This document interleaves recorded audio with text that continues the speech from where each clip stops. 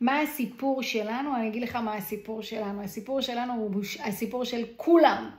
אנחנו התחתנו, הבאנו ילדים, והיינו בטוחים שאין מה לעשות. אתה חייב לחיות במינוס וחובות. למה? כי אתה גר במדינת ישראל, החיים מאוד מאוד קשים, זה היה המיינדסט, זה היה מה שאני חשבתי. אי אפשר להתאשר בארץ, זה מה יש, תגידי תודה שאת חיה פה.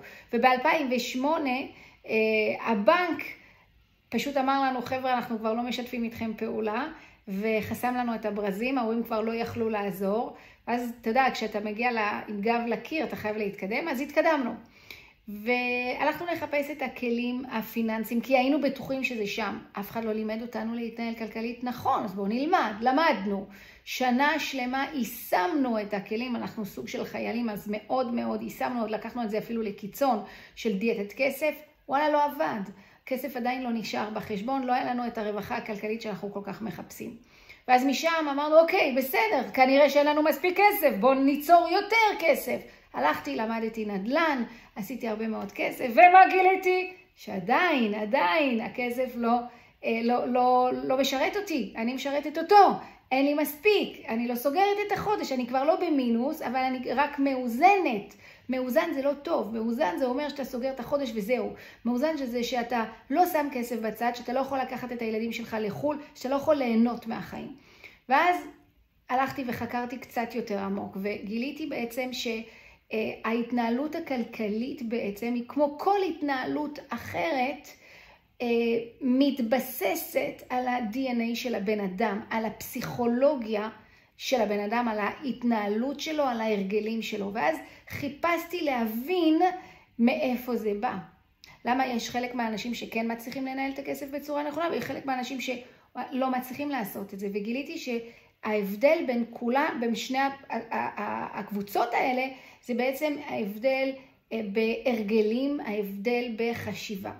ומשם הבנתי בעצם שלכולנו יש בתחילת הדרך את ההרגלים הנכונים, לכולנו יש את ה-DNA הזה שמצד אחד אנחנו יודעים מה הצרכים שלנו, וכולנו נולדנו עם היכולת לתת מענה לצרכים האלה בצורה אינטואיטיבית, והבעיה היא שהתנתקנו מהאינטואיציה הזאת. אני קוראת לזה יוניקורן, אבל התנתקנו מהיוניקורן שבנו. למה?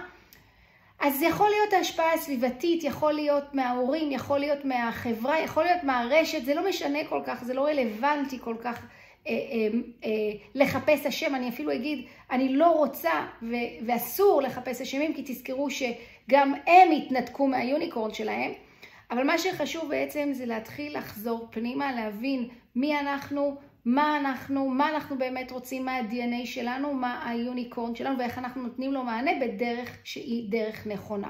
עכשיו, זה חייב להיות מלווה בתהליך שהוא תהליך כלכלי, זה חייב להיות עם כלים מאוד מוצקים בעולם הכסף, כי אחרת זה סוג של תחשוב טוב יהיה טוב. זאת הסיבה דרך אגב, שגם כלכלת המשפחה נכשלה, אני הולכת לעשות לעצמי אויבים, כלכלת המשפחה נכשלה, וגם המיינדסט לאושר נכשל.